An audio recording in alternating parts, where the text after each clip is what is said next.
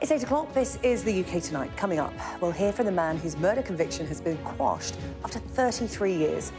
Oliver Campbell, who has learning disabilities, was jailed for life in 1991. His barristers say he was bullied into a false confession by police. Now he says he's starting his life as an innocent man. I'm happy, but it's very hard for me to show happy, you know, because of what's happened and what certain people said and done. Coming up, our crime correspondent Martin Brunt will speak to Oliver, and I'll speak to the barrister who fought for more than 2 decades to clear his name. Also tonight, a public inquiry into the death of Pat Finucane, the human rights lawyer who was murdered in front of his family in Belfast during the Troubles. It's long been suspected the British state was involved. His wife says this inquiry could be a watershed moment in Northern Ireland. Plus, I'm going to be joined in the studio by Ben Horne. Ben's nose was ripped off by his pet dog when he suffered a seizure. After years of surgeries and procedures, he wants to share his story to help others going through the same kind of trauma. And we'll get to the bottom of this statue in County Antrim. It's dividing opinion amongst the locals and online. Can you tell who it's supposed to be? We'll let you know. All that to come and much more on the UK Tonight.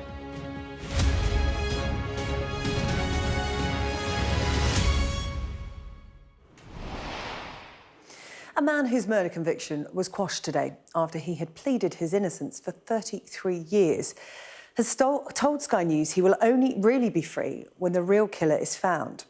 Oliver Campbell, who suffered severe brain damage as a baby, was jailed for life in 1991 over the shooting of Baldev Hundal in East London. He served 11 years in prison for a crime he didn't commit. Oliver has been speaking to our crime correspondent, Martin Brunt. I've got 9 bottles of champagne in my fridge. Oliver Campbell, an innocent man, celebrating with his supporters after a fight for justice that's lasted 34 years. Yeah, hold on, I'll let you speak to Maggie. We've won. Yeah, Ollie's won. How do you feel? Do you feel angry, bitter, relieved, happy? It's been very hard, but I'm trying not to... someone's been trying to tell me you have to feel happy, but I am happy, but it's very hard for me to show happy, you know, because of what's happened and what certain people said and done over the last 34 years. Earlier this year, lawyers told the High Court that Oliver, who suffered severe brain damage as a child, had been pressed by police into admitting a murder he hadn't committed. In 1990, 2 men tried to rob these premises in East London. It's a restaurant now. Then it was an off-licence. In a struggle, the off-licence owner, Baldev Hundal, was shot dead. At a police station without a lawyer, Mr. Campbell told detectives he was the gunman. His hat was found at the scene, but it had been stolen days earlier. The most likely explanation for a false confession here is that Oliver confessed as the least bad option. The appeal judges accepted new medical evidence of Mr. Campbell's susceptibility and quashed his convictions for murder and robbery. The judges said a jury, knowing of the fresh evidence, would be considering the reliability of those confessions in a materially different context. In those circumstances, we cannot say that the fresh evidence could not reasonably have affected the decision of the jury to convict. He was treated as an adult. He is not an adult. He was tried as an adult. He had no support. It's not how he would have been treated if he'd been tried today. And there is now far more evidence about people's disabilities, and people are more open about it. What are you going to do now? I don't know, that's trying to get in contact with friends I've lost over the years, but that's trying to get in contact with family and friends I've lost contact with. You've been acquitted, yeah. So you didn't fire the gun, but somebody did. What should happen now? The only time there's going to be freedom is if certain authorities reopen the case and go after the person who done it. over all these years, 33, 34 years, your pursuit of justice, what do you think has kept you going? That's saying the same word. Where if it wasn't, it's the evidence, overwhelming evidence. You have to word it in a way where they're going to say, well, if it's not him, who is it? And then everyone I've spoken to, I said, you know what? I said, all the evidence don't point to me, it points to someone else. The Metropolitan Police said it would study the details of the court judgment. Martin Brunt, Sky News. Well, Oliver Campbell's barrister, Michael Birnbaum, KC, joins me now. Good to see you this evening. Thank you so much for joining us. You have fought to clear Oliver Campbell's name for over 2 decades. How are you feeling tonight? Delighted. Really sad that it didn't happen much earlier.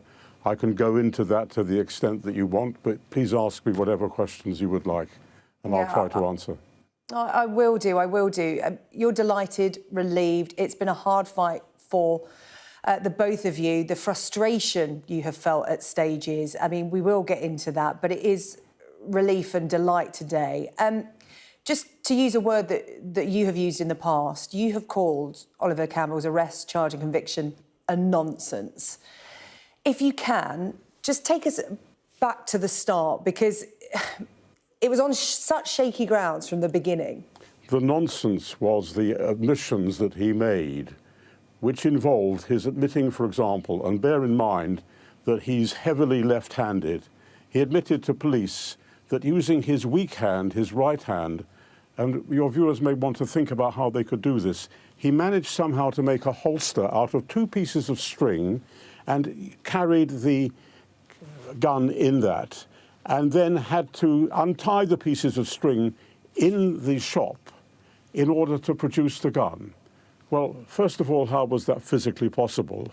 And we now know from neurologists that he couldn't have done it physically because of the fact that his right hand was so weak. But the evidence of the son of the deceased was quite inconsistent with anything like that happening, because he would have seen the string being untied and would have found the bits of string on the floor.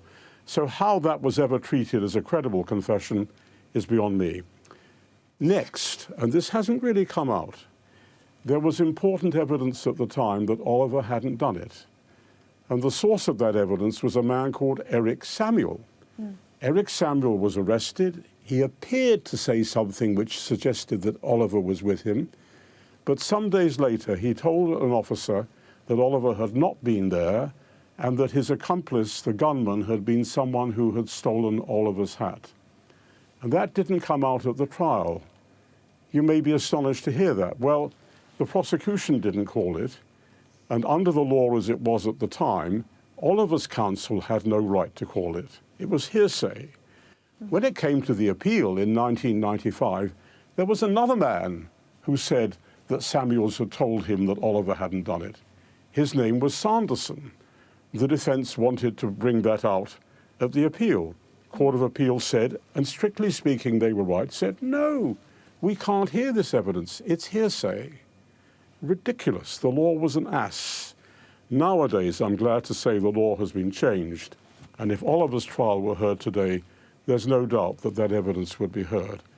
And the other thing, in the hat that was undoubtedly worn by the gunman, there were hairs that could not have been those of either Oliver or Eric Samuel.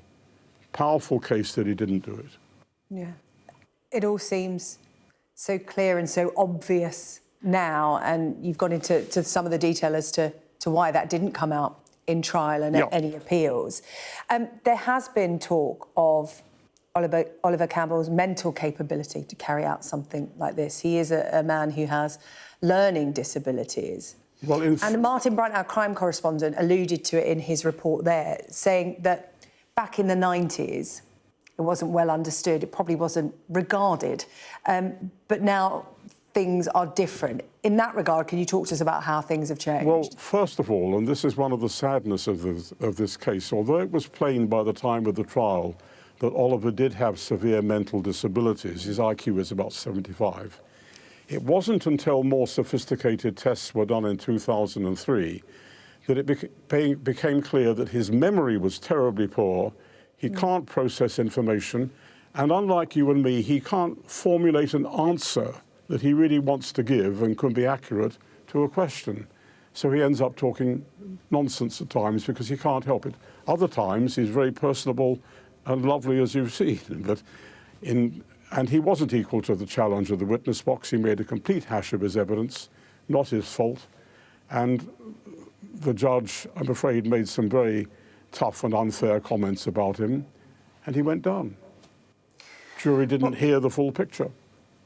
Well, Michael, you and Oliver are obviously celebrating this hard-fought, long-fought win, but tonight there is a family of the victim who still do not have justice. And Oliver said that. He said he can never see himself as being truly free until the real perpetrator is caught. What happens in that respect now? Because this is an historic case. I mean, I think it would be very difficult for the trail, which is so cold, to be pursued. And one of the problems that I saw from the papers is it didn't seem to me that the police really did very much to investigate what Samuels told them. For example, he said that the gun had been sold in a club in Lambeth. I saw no evidence that they'd even made any inquiries at that club. Well, useless to do that now. So I think that whoever did it, if he's still alive, has probably got away with it. And of course, one's sympathy, one's heart goes out to the victim's family. They behaved with great dignity throughout. It's a tragedy for everybody. Yeah, really hard for the family of Baldev. Indeed. Hindle to take today, and we should, of course, keep them at the forefront of our mind in all of this, as Oliver said he is.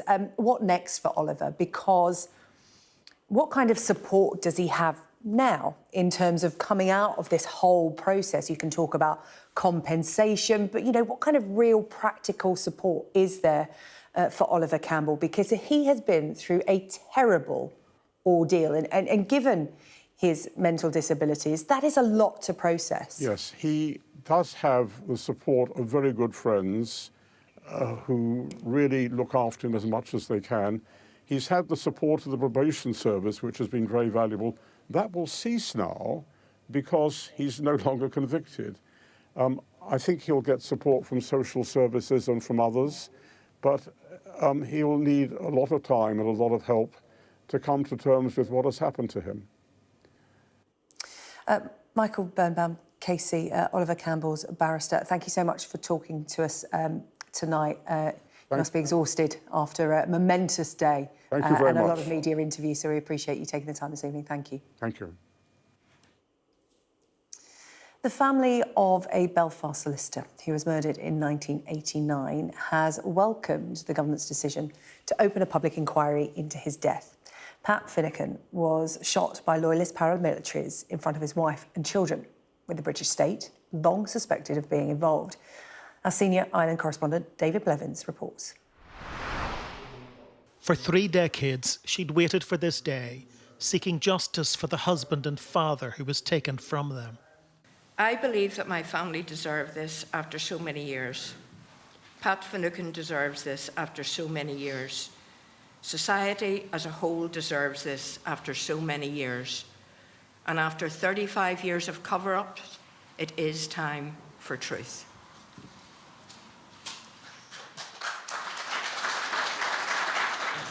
Pat Finucane was a human rights lawyer. He came to prominence defending IRA and loyalist terror suspects during the Troubles. The 39-year-old was shot dead in front of his children, his wife Geraldine wounded when gunmen opened fire 14 times. The Northern Ireland Secretary noted that the family had been promised an inquiry long ago.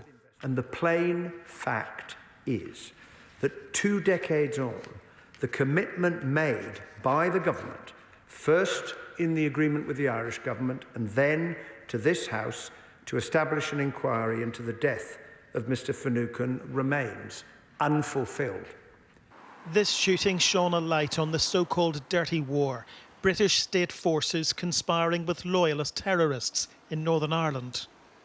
3 separate investigations into the murder of Pat Finucane found evidence of collusion.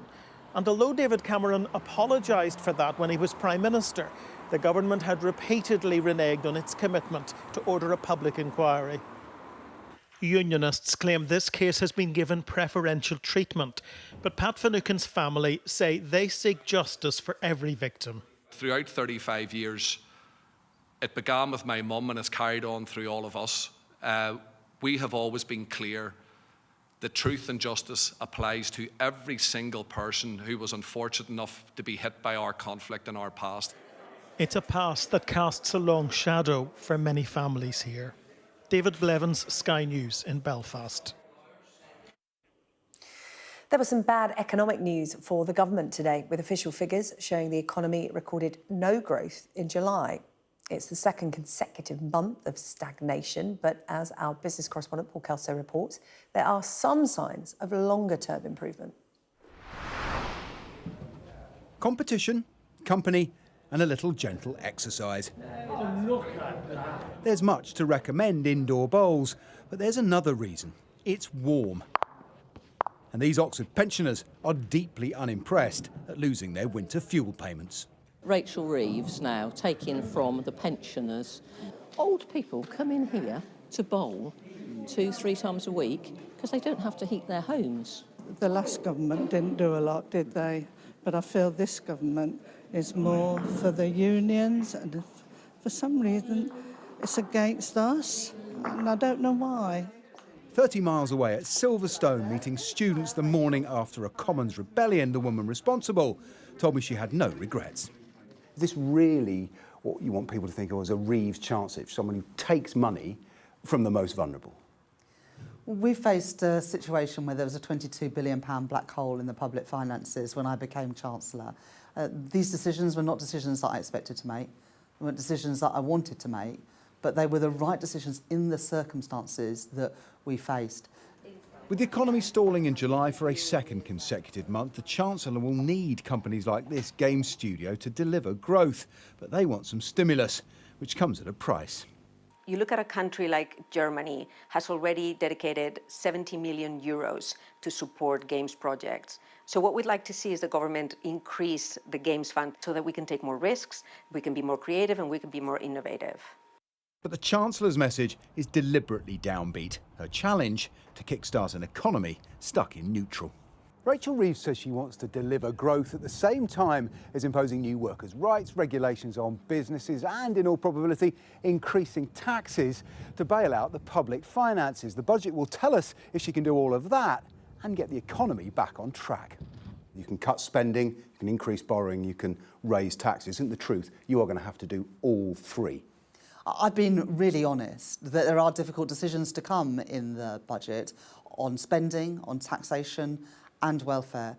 After the mess that the previous government created with the public finances in the state that they are in, that was inevitable. 2 months after the election, the Chancellor is playing a long game, calculating that pay now will deliver a winning hand. Paul Kelso, Sky News. Still to come on the UK tonight, the government announces a new deal for Tata Steel workers. We'll have the latest for you from Port Talbot. Also ahead, the new AI tech developed here in the UK that could detect the early signs of more than 1,000 diseases. And the new statue in County Antrim that's dividing opinion. I'll tell you who it is a little later in the programme.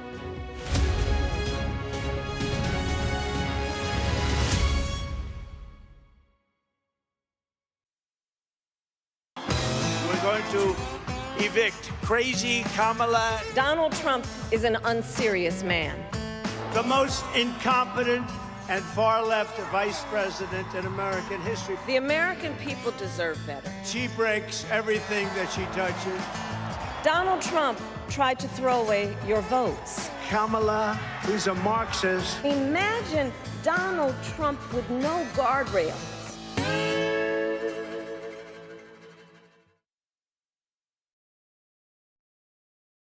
Weeknights on Sky News. This is your chance.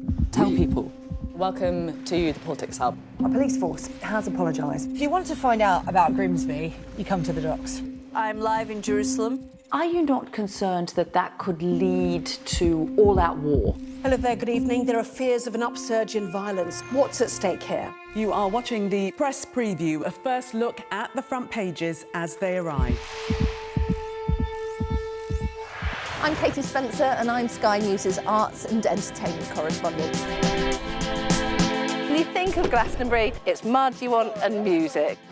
They're going to cross to us live in a minute. Okay. Thank you so much. Brad Pitt is now a prolific producer behind the scenes. It's not a mystery to me. We always were capable of doing this. Oh, they're wonderful children as an audience. Who did that? Maverick here on the red carpet. I'm so excited, Tom Cruise. This is the story of the night. It's the little independent film that could. We take you to the heart of the stories that shape our world. Nor have I ever struck any woman in my life. There's this illusion of power. Are you feeling well? I remember covering the Oscars and that now infamous moment, the Will Smith slap. Nobody could quite believe that it happened. You can tell from these crowds just how excited people are for the return of Pride. These actors playing the lead roles were born long after the Sex Pistols broke up. Are you pleased that you did say yes to the job? I've never regretted it. As a team, we've interviewed some of the biggest stars in the world. It can be incredibly surreal being swept up in their world, but we try to give you an honest sense of how these people really are. Okay, I'll talk to you. Don't leave me. Yeah, okay. There's no easy goodies. There's no easy baddies. I've had a great time here. Thank you. Thank you. Bye.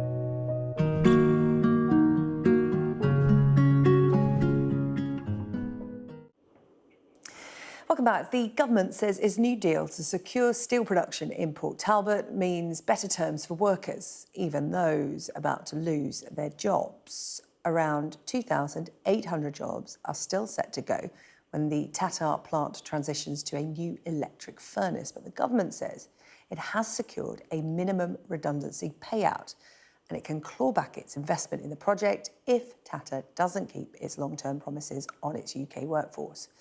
Our Wales correspondent Dan Whitehead has been speaking to some of those affected by this deal. Well, the storm's going to come, to be honest, though. It is worrying times for us all here. Jeff's been a taxi driver in Port Talbot for 20 years. With thousands of steelworkers losing their jobs in the next few weeks, work for him is drying up. We get a lot of calls from the train station, bringing them into Tata from the ships, so they are gone already, so there's less work already. There's not 3,000 jobs in Port Talbot going to pay what Tata Steel employees are on. So what are they going to do? There's nothing for them here now. I can't see nothing other than Port Talbot becoming a ghost town. The final blast furnace will shut down here by the end of this month. That means up to 2,800 workers are now on the hunt for jobs elsewhere. From steel to steam, 28-year-old Cassius is serving up something new. Unsure about his future at the steelworks, he's opened a coffee shop in town. A couple of months in, it's been a brilliant turnout. It's been all organic with it all, and people are just turning up. We just got to keep positive and, you know, hope that there'll be other opportunities in this closure. Tata Steel says Port Talbot is losing £1 million a day. The iron and steel works are being mothballed or decommissioned entirely ahead of more than a £1 billion investment to go electric. The last ship bringing in raw material to make steel here at Port Talbot has now been and gone. A significant moment in the plant's 120-year history. New jobs may come with the greener electric arc furnace, but that won't be ready here until 2028. Too long to wait for some. 50 miles from Port Talbot, Pro Steel Engineering is one of 50 companies taking on workers like Steve. I just went out then and got in contact with people I had worked with before or find out where the work was. A lot of the skilled workers are going to find it hard to try and match the money that they were earning down there. Yes. Companies like this need workers like Steve to stay in the area. It's vastly important that within Wales we maintain this high-skilled manufacturing base. You know, there's a huge capability here at the moment, and if we're not careful, we'll lose it, and if we lose it, we'll lose it for good. The government is planning to publish a new strategy for the future of steelmaking in the UK next spring, insisting there is a bright future for the industry. But with most job losses expected by this Christmas, for thousands, the future does not feel bright. Dan Whitehead, Sky News, in Port Talbot, South Wales. Researchers say new artificial intelligence technology developed in the UK can detect early signs of more than 1,000 diseases long before there are any symptoms. It analyses patients' test results, commonly collected by GPs, to detect patterns in the data and predict a disease diagnosis many years later.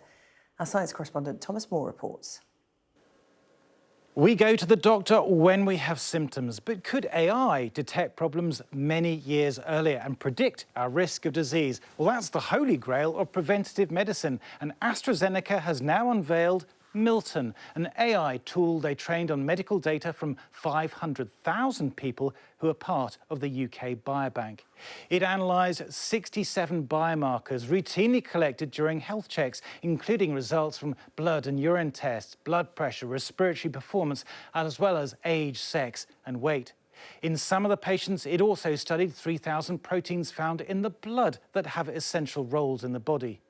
Milton looked for patterns in the data too subtle to be seen by the human eye. It then used those patterns to identify patients who would go on to develop the diseases up to a decade or more later. Milton was able to predict over 1,000 different diseases with high accuracy, and for 121 it was rated as exceptional.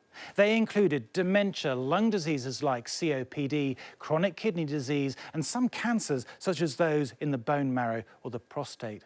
For a pharmaceutical company like AstraZeneca, it's the blood proteins that are interesting because they could lead to targets for new drugs. But the data is being made freely available to other researchers to develop diagnostic tools. Today, when we look at human disease and diseases to treat, it is very much near the later stages of disease process. And so it can be very difficult to reverse some of those disease processes. The goal really would be to intervene earlier and to manage disease and to make sure it doesn't progress.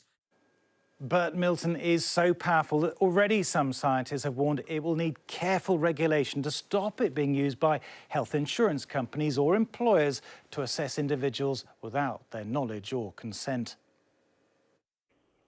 Still to come here on the UK Tonight, why FIFA's possible plans to expand the Women's World Cup could help the UK in its bid to host the tournament. And I'm going to speak to 34-year-old Ben Horne, who is rebuilding his life after a horrifying dog attack.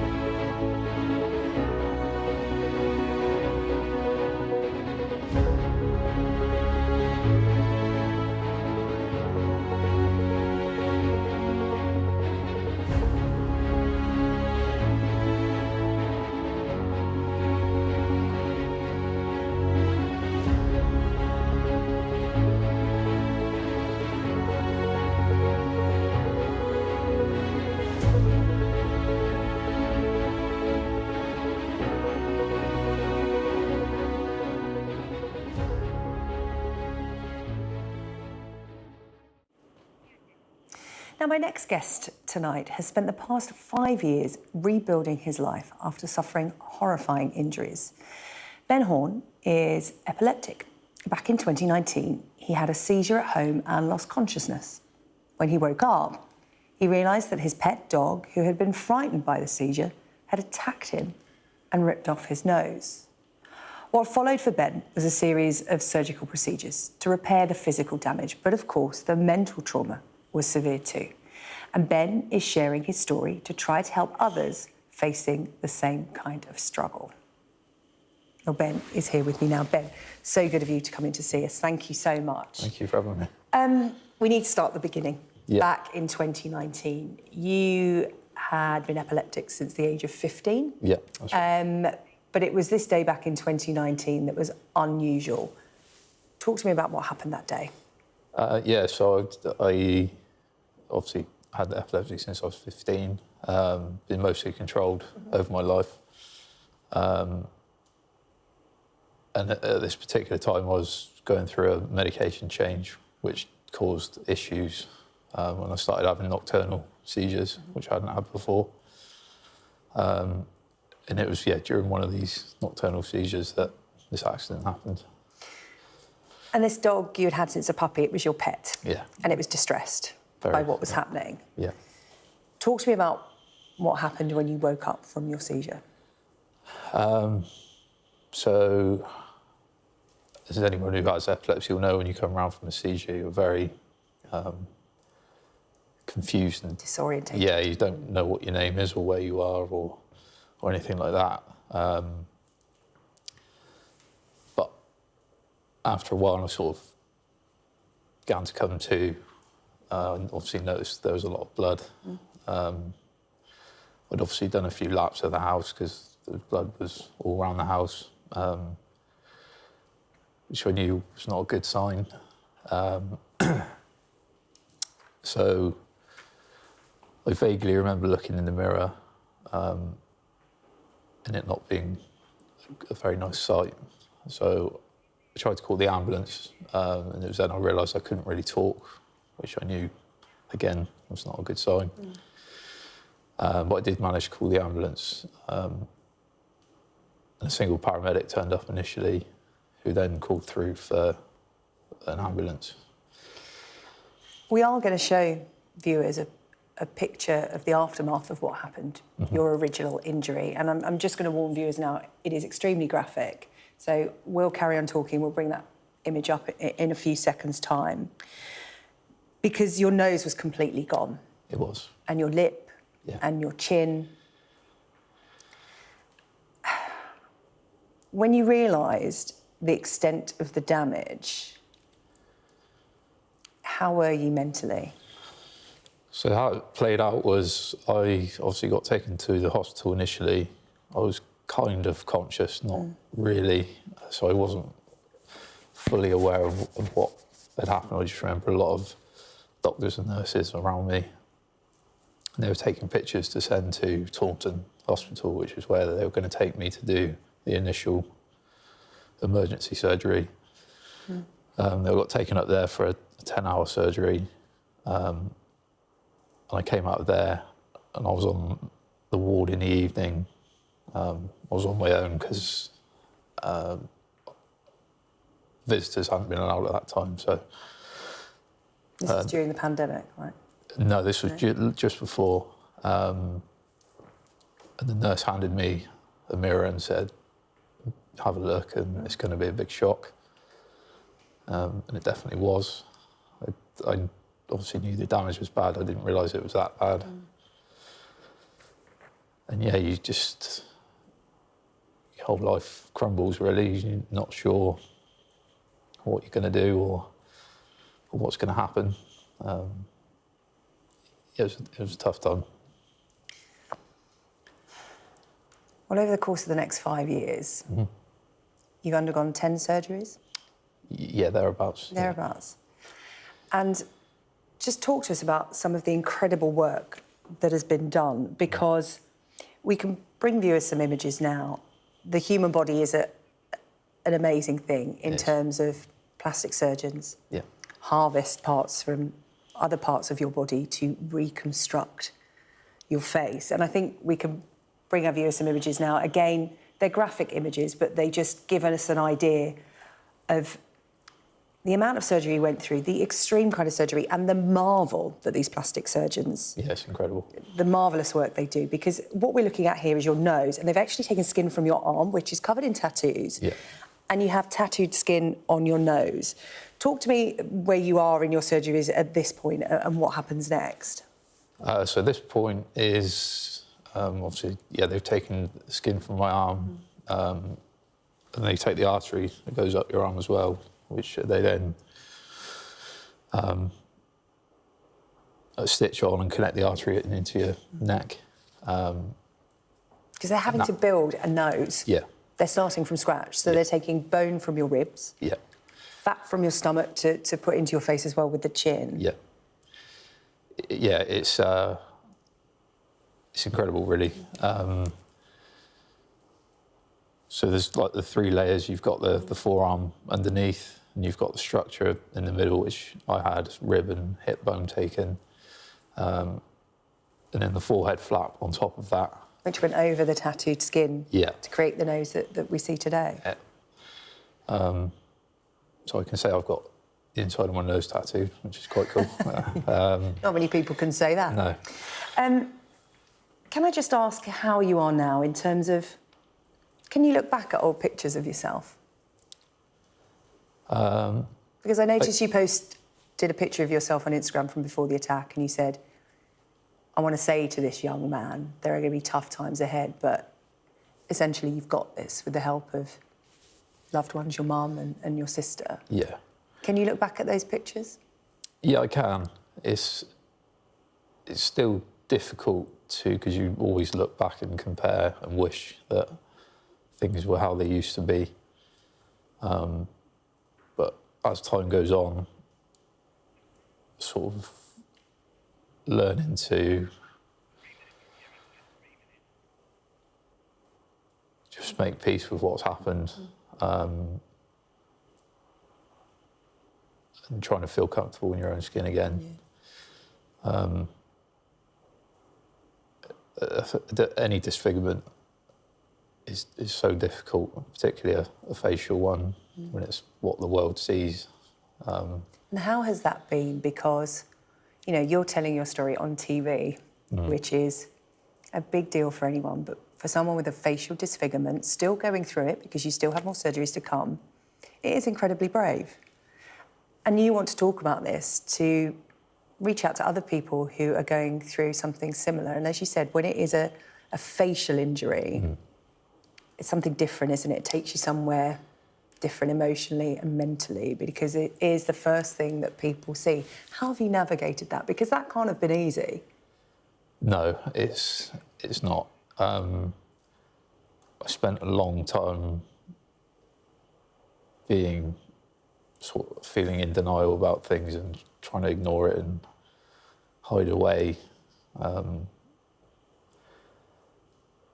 I still have those days where it's difficult to go out, and still being around a lot of people is difficult.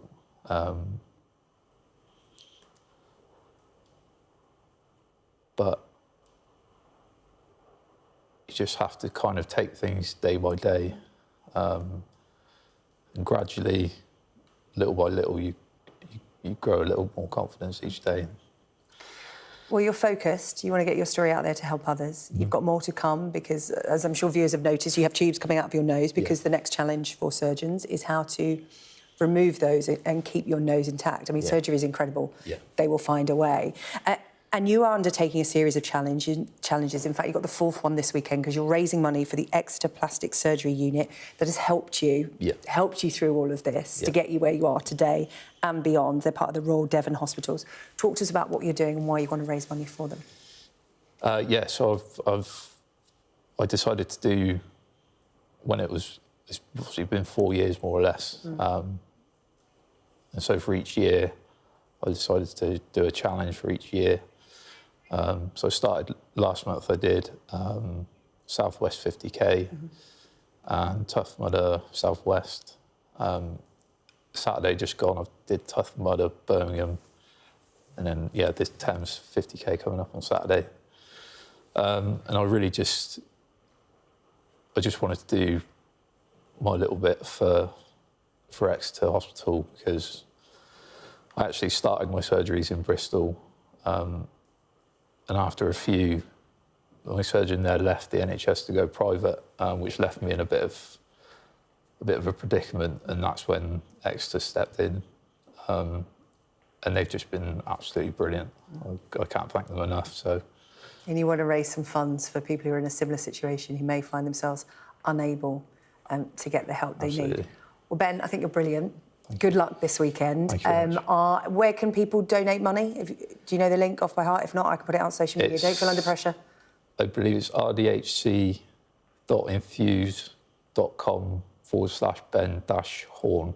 Okay, great stuff. And I'm going to put it out on social media so where people can find it at Sky. Sarah-Jane is my social media handle. Ben, thank you. Thank you. Good luck. Thanks very much. Really good to see you. Thank you so much for your time. Thank you. Good luck. Well, just to remind you that there is help available if you've been affected by Ben's story. The Samaritans is available 24 hours a day. You can call 116 123 or email joe@samaritans.org. Well, Sky News understands FIFA is holding talks about expanding the Women's World Cup to 48 teams. It is a move that could boost an FA-led bid to host the tournament, with officials keen to bring the World Cup to the UK and Ireland in 2031. Our sports correspondent Rob Harris has more. When it comes to growing women's football, few countries can match England's commitment and investment. The Women's Super League launching into a new season and a new era this weekend, with clubs now in control. And a key catalyst for building audiences, major tournaments. The Euro showed that. And we understand there is now a growing desire within the FA to try to bring the 2031 Women's World Cup here.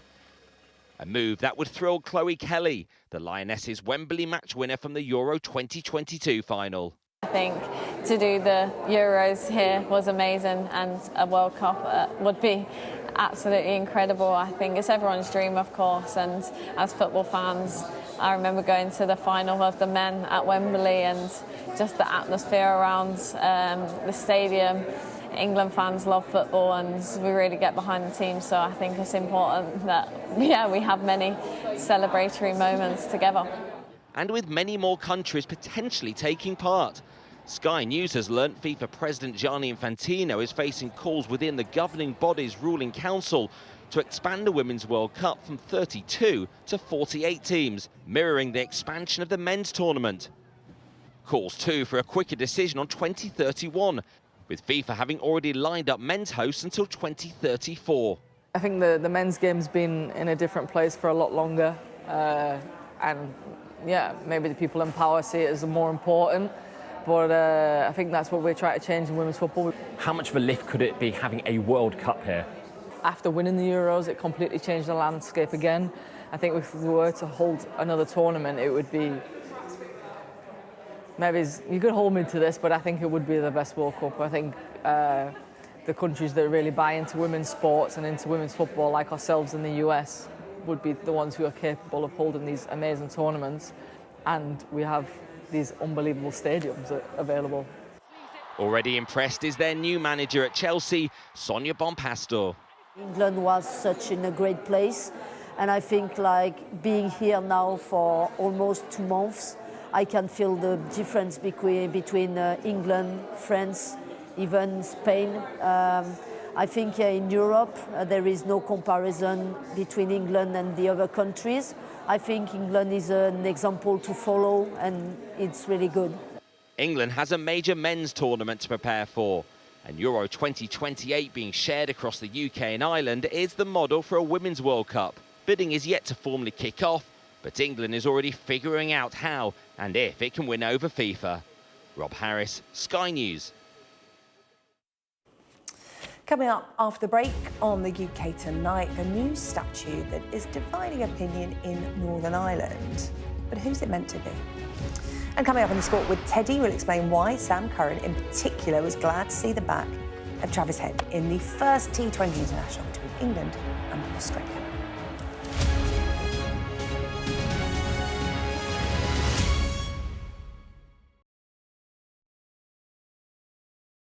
Our app gives you the very best of Sky News wherever you are. Breaking news, videos and analysis. Evidence of the crisis. Podcasts, watching us live. Live here from Washington. Wherever you get your podcast. All in one place. And all at just the touch of a screen.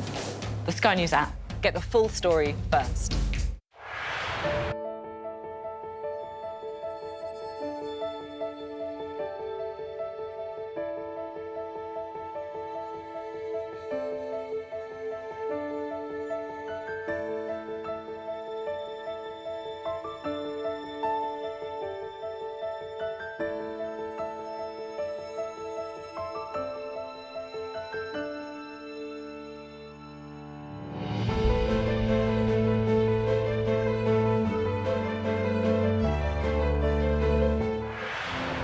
I'm David Blevins, and I'm Sky's senior Ireland correspondent.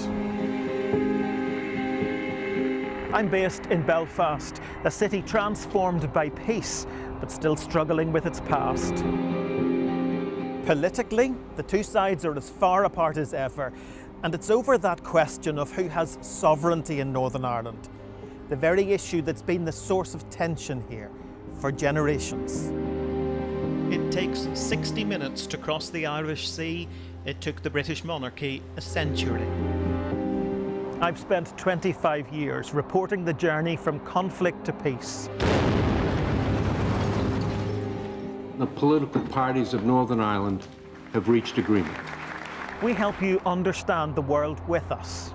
Today, we have reached an agreement with the Conservative Party on support for government in Parliament. We already know what the government gets out of this deal. What exactly does the DUP get out of it? Well, £1.5 billion. Welcome to Winterfell. It's an iconic location in this globally acclaimed drama. Ophelia was the most powerful hurricane this far east in the Atlantic on record. You can't live in a place like this and not appreciate the environment.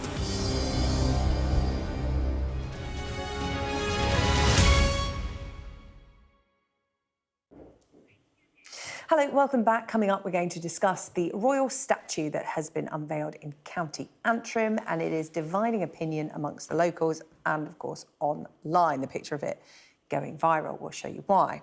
But first, Teddy is here with the sport, and England are playing Australia in the first T20 International. Talk us through what's happening. Well, yeah, it doesn't feel like cricket weather, does it? Walking over here from Sky Sports News Studio. A bit of chill in the air, but it is in Southampton. Packed crowd, and everyone's there wrapped up, as you might expect, for this. Australians in town. First T20 International. Australia put into bat, and they came out firing as well. Particularly Travis Head, an explosive form. Just spare a thought for the bowler, Sam Curran. We've been happy to see the back of Head, who went to 4 in the end, 59 off 23 balls faced. He made, though, 30 in 1 over off the bowling of Curran. Mustachioed batter really in flying form for Australia. After he went, there's contributions as well from other players. Josh English with 37, but the total in the end, which looked like being a mammoth one, 179. So 180 to beat for England. They are currently 30 for 1 after 3.5 overs, just below the required run rate of 9.12. So at the moment, SJ, it's a great start to the series. We've got 3 of these T20 internationals, but Travis Head, the star of the show so far. Liam Livingstone with 3 wickets for England, and Saqib Mahmood with a couple, and also Jofra Archer with a couple of the tail enders. I love a bit of T20. Does this feel like it's the start of a new era, Teddy? Yeah, it's a strange one. It's like the interim period, a bit like in the football. We've got Lee Carsley taking charge. We're not sure he's going to be the permanent head coach. We've got Marcus Trescothick in there for this series, who we know isn't going to be the permanent head coach, because Brendan McCullum, who's the test coach, just finished against Sri Lanka at the weekend. That disappointing defeat, albeit England won the series. He's going to take over in the new year, but it's the former England batter, Marcus Trescothick. So it's kind of in between the two, but at the moment, I suppose they're going to look for signs of injecting that positivity into it, and they're up against a challenge because it looks like the Bazball's coming from Australia a little bit tonight so far. Sky Sports Cricket, a main event to keep across that first T20. And coming up next, important news for Everton fans regarding ownership of the club. This Sky News Sports Bulletin is brought to you by Vitality. Getting more people more active. Live life with Vitality. May 2022, you described the one-day job as too cushy to contemplate. What's changed? Look, I think firstly, I was very content doing what I was doing in terms of helping Stokesy run the test side. We've had a great couple of years, so I think we've achieved some pretty cool stuff, even though we're not the finished article yet. But when Kezi rang me and said, "Is there a world in which you can do it all?"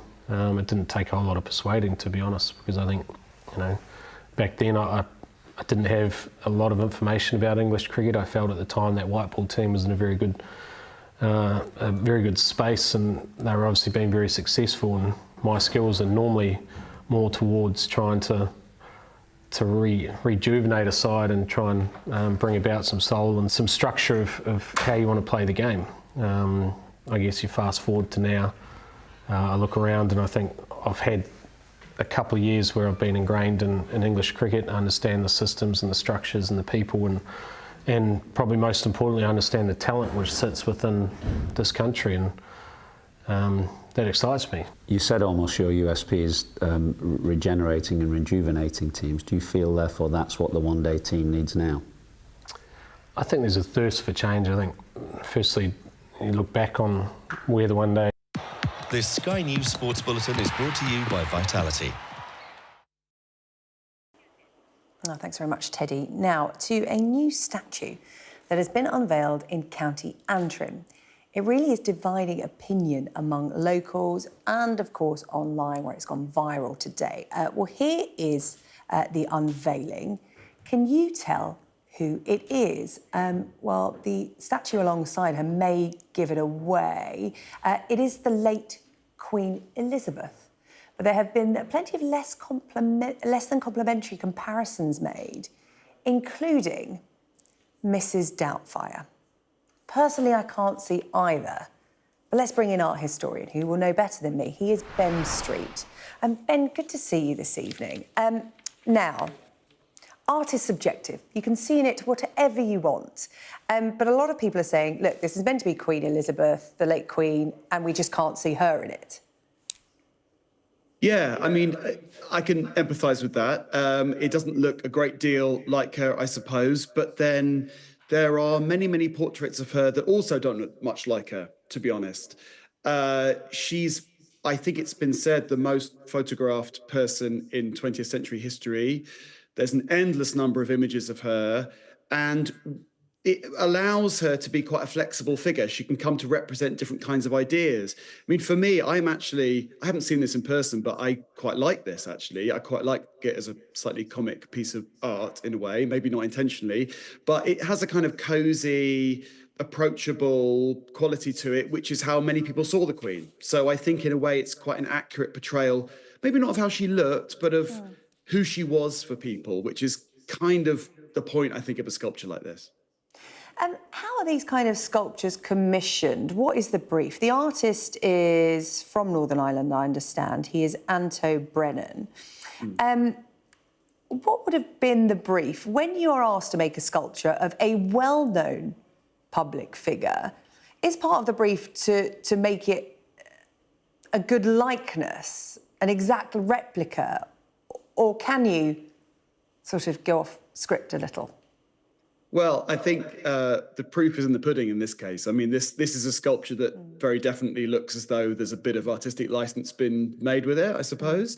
The brief will vary according to who the sculpture's for, who the intended audience is, and the Queen has been represented in many, many different ways. Even in recent sculpture, there's been recent sculpture that has shown her in a slightly older guise. There's been sculpture that's shown her as a younger person. So in a way, you can kind of do what you like with it within the remit of it being as close as possible to what the Queen was like as a person. Because I don't think, I mean, even me as a kind of fan of this, I do quite like this sculpture. Even for me, I see that it's not really a resemblance of her, but it does give the effect of the Queen, and maybe that's what the sculptor was after. Yeah, and you can take a guess and you probably get it right. I mean, I feel like we have been here before, you know, statues that are famous for not looking like who they are of. So we've got Harry Kane. We talked about this on the programme last year. There is also Michael Jackson. When I used to live in West London, I'd actually alter my running route so I could drive past it all the time because I was just so fascinated by it because it is slightly strange. And of course, this really famous one of Cristiano Ronaldo. Are we actually missing a trick here? Are these statues becoming famous because they don't look like who they're meant to look like? Yeah, I mean, any sculptor or any artist would probably want the level of attention that these artists get for producing things that aren't likenesses. I mean, you know, there are many artists working in semi-obscurity who'd love this kind of coverage. So I'm sure that the artist is, well, I hope that the artist is taking this kind of coverage with a pinch of salt. I think it's going to lead to a lot of... I hope so too. You like it, and Ben, do you know what? I like it. Ben Street, art historian, really good to talk to you tonight. Thank you so much.